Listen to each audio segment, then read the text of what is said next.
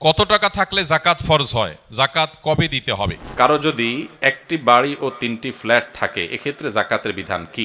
আমি একজনকে টাকা ধার দিয়েছি, প্রায় 3-4 বছর হয়ে গেছে, দিতে পারছে না, প্রায় 10 থেকে 12 লক্ষ টাকা। এখন কি আমার সেই টাকার জাকাত দিতে হবে? স্ত্রী স্বর্ণের জাকাত কে দিবে? যদি স্ত্রী মালিক হয় কিন্তু স্ত্রীর ইনকাম না থাকে তাহলে কি হবে? স্বর্ণ বিয়েতে কিংবা বিভিন্ন উপহারের মাধ্যমে পেয়েছে। জাকাত কত টাকা হলে ফরজ হয়? এর উত্তর হলো, কেউ যদি 52.5 ভরি রূপা, এটা অথবা রূপার সমমূল্যের সম্পদ, নগদ অর্থ, ব্যাংক ব্যালেন্স অথবা ব্যবসার মাল, যে পণ্য কেনা হয়েছে বিক্রির জন্য, এরকম কোনো মাল যার কাছে আছে যেটার মূল্য দাঁড়ায় 52.5 ভরির সমান, এইরকম সম্পদের মালিক যদি কেউ হয় এবং সেই সম্পদ তার কাছে 1 বছর থাকে, তাহলে 1 বছর পর ওই সম্পদের বাজার মূল্য হিসেব করে 1 বছর পর 2.5% জাকাত দিতে হবে, অর্থাৎ লাখে 2,500 টাকা। এভাবে হিসাব করে তাকে জাকাত দিতে হবে। বর্তমানে রূপার যে বাজার দর সেটা হিসাব করলে প্রায় 2.25 লাখ টাকার কাছাকাছি হয় 52.5 ভরি রূপার দাম। এটা ভ্যারি করে, উঠানামা করে। একেবারে খুব রিসেন্ট যে এখন 2026-এর ফেব্রুয়ারি মাস চলছে, এই সময়টাতে রূপার যে বাজার দর আছে সেটা হিসাব করে দেখা গেছে যে 2.25 লাখ টাকার কাছাকাছি। এক্সাক্ট আপনি যখন দিবেন রূপার দরটা জেনে নিয়ে যে 52.5 ভরি বা 52.5 তোলা রূপার দাম কত, সেটা হিসাব করে যদি দেখেন যে এটা আপনার সম্পদ এই পরিমাণ হয়ে গেছে, তাহলে সবটুকুর জাকাত দিতে হবে। এমন না যে এর অতিরিক্তটা জাকাত, বরং সবটুকুর জাকাত দিতে হবে। জাকাত দেওয়াটাকে জরিমানা মনে করা, এটা কিয়ামতের আলামত। সহিহ বুখারীতে আসছে, নবী সাল্লাল্লাহু আলাইহি ওয়াসাল্লাম বলেছেন, একটা সময় আসবে মানুষ যখন জাকাত দেওয়াটাকে তার জন্য অর্থদণ্ডের মতো বিষয় মনে করবে, জরিমানার মতো বিষয় মনে করবে। এটা ভুল ধারণা আমাদের সমাজে। কারণ আমরা মনে করি যে জাকাত দিলে বোধহয় লস হয়ে যায়, কমে যায়। বরং জাকাত দিলে এটা তো আমার আখিরাতের অ্যাকাউন্টে জমা হয়ে গেল, এটা বরং আমার স্থায়ী হয়ে গেল, নিশ্চিত হয়ে গেল, বাকিগুলোর গ্যারান্টি নেই। এই জন্য জাকাত দিতে পারাটা সৌভাগ্যের বিষয়। আর জাকাত কখন ফরজ হয়? এর উত্তর হলো যে জাকাত ফরজ হয় প্রত্যেকটা ব্যক্তির অর্থ বছরের আলোকে। সবার অর্থ বছর একরকম নাও হতে পারে। ধরুন আমি জিলহজের 1ম তারিখে জাকাত দেওয়ার মতো সম্পদের মালিক হয়েছি, তাহলে পরবর্তী বছর জিলহজের 1ম তারিখে আমার জাকাত আসবে।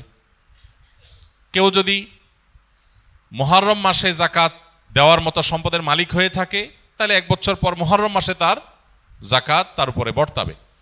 তো জাকাত বর্ষ এটা নির্ভর করে ব্যক্তি কখন সম্পদের মালিকানা আসছে তার উপরে। এখন কেউ যদি জাকাত দেওয়ার সুবিধার্থে, হিসাব করার সুবিধার্থে সে যদি একটু আগে দিয়ে দেয়, ধরা যাক যে আমার জিলহজে আসে, আমি রমজানে দিয়ে দিলাম হিসাব করে, কোনো অসুবিধা নেই, জাকাত অগ্রিম দেওয়া যায়, যে প্রতি বছর আমি রমজানে দিলাম, সমস্যা নেই। আমাদের সমাজে অনেকে মনে করেন রমজান মাসেই জাকাত দিতে হয়। জাকাত রমজান মাসেই শুধু দিতে হয় এমন কোনো কথা নেই। তবে এটা ঠিক, রমজান মাস আমলের মাস, সওয়াবের মাস, এ মাসে আমরা বেশি বেশি সওয়াব হাসিল করার চেষ্টা করব ইনশাআল্লাহ বিইذনিল্লাহ। সেই জায়গা থেকে আমরা নফল দান, অন্যান্য সাদাকা করব এবং বিশেষভাবে যদি জাকাত দেওয়ার চেষ্টা করি ইনশাআল্লাহ, সেটাও আল্লাহ তাআলার কাছে আমরা বিশেষ আজরের আশা করতে পারি। স্ত্রী স্বর্ণের জাকাত কে দিবে? যদি স্ত্রী মালিক হয় কিন্তু স্ত্রীর ইনকাম না থাকে তাহলে কি হবে? স্বর্ণ বিয়েতে কিংবা বিভিন্ন উপহারের মাধ্যমে পেয়েছে। স্ত্রীর স্বর্ণ গহনার মালিক কে, আগে সেটার উত্তর দেন। বইয়ের স্বর্ণের মালিক কে? কে বলতেছে? স্বামী? চাচা আপনি? আপনি চাচির সারা জীবন স্বর্ণ দিয়ে কাম করছেন? লা হাওলা ওয়ালা কুওয়াতা ইল্লা বিল্লাহ। এটা একটা কাজ করলেন চাচা। চাচির সব স্বর্ণ দিয়ে বলছেন মালিক আমি, মানে আপনি মালিক। চাচি যদি এটা শুনে, ভাত তো আর জুটবে না কপালে বাবা। আচ্ছা আপনারা বলেন, বউয়ের স্বর্ণের মালিক কে? বউ নিজে? বুঝে উত্তর দিছেন? যারা বিয়ে করছেন, যাদের বউ আছে, এবার একটু মিলান, দাবির সাথে বাস্তবতায় মিলান। আপনারাই দাবি করছেন যে বউর স্বর্ণের মালিক সে, ঠিক আছে। এবার আমার উত্তর দেন, বউ যদি কালকে স্বর্ণ দোকানে যায়া তার স্বর্ণগুলা বিক্রি করে বলে আমি কটকটি খাবো, আপনি কিছু বলবেন না বলবেন না? বাস্তবতা বলেন, আমাদের সমাজের বাস্তবতা। স্বামী যদি বউ যদি যায় তার সব স্বর্ণ বিক্রি করে টাকা পয়সা আয় না, কিছু তার বাপেরে কিছু তার মায়েরে মানুষকে দিয়ে দিল, তার মনে হচ্ছে একটু চাইনিজ কিনে এনে খাইলো, একটু শাড়ি চুড়ি কিনলো, টাকা উড়াইলো, আপনি কি কিছু বলবেন নাকি বলবেন না? শুধু বলবেন না আরো কিছু? সব ফেরেশতা নাকি এলাকার মানুষ? শুধু বলবেন না আরো কিছু বলবেন? যে তোমার সাহস কত বড়, কলিজা কত বড় তোমার, এত কষ্ট করে আমার রথের কামাই করা স্বর্ণের টাকা বিদেশ থেকে আনছি, কষ্ট করে জমাইছি, কিনছি, আর তুমি যা বেঁচে আসলে একটাবার জিজ্ঞাসা করলা না? তোমার কত বড় কলিজা। সেদিন এসপার ওসপার কিছু একটা হবে কি হবে না? তাহলে একটু আগে বললেন বউয়ের স্বর্ণের মালিক বউ, এখন আবার যে মালিক তার জিনিস সে বিক্রি করলে আপনি বলার কে? কথা কি বুঝছেন না বুঝেন নাই?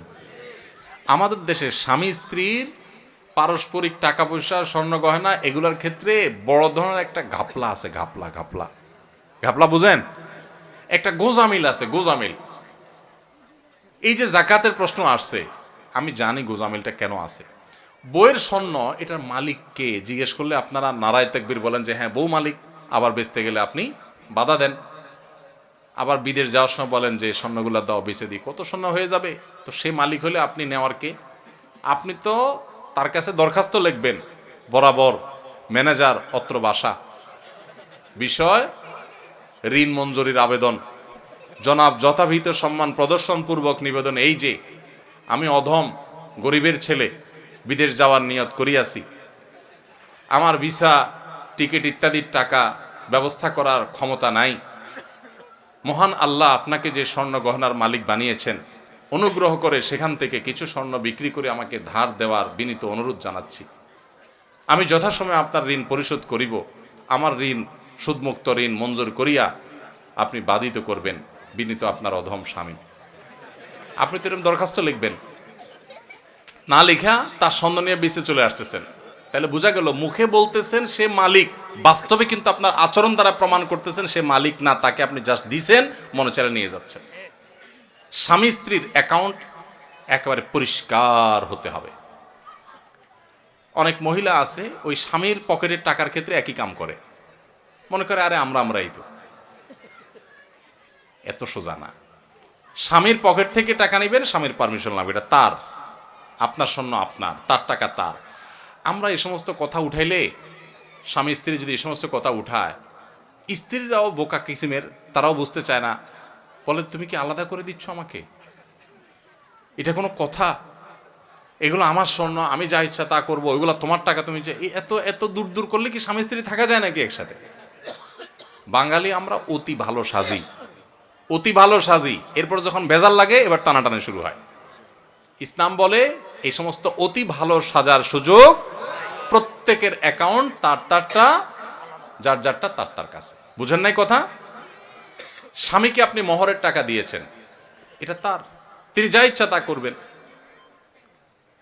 আপনাকেও চাইলে কিছু দিতে পারেন, ঠিক আছে মোহরের টাকা পাইছি, আমি বড়লোক হয়ে গেছি, তুমি গরিব মানুষ নাও, তোমার দিলাম আল্লাহর রাস্তে, দিতে পারে।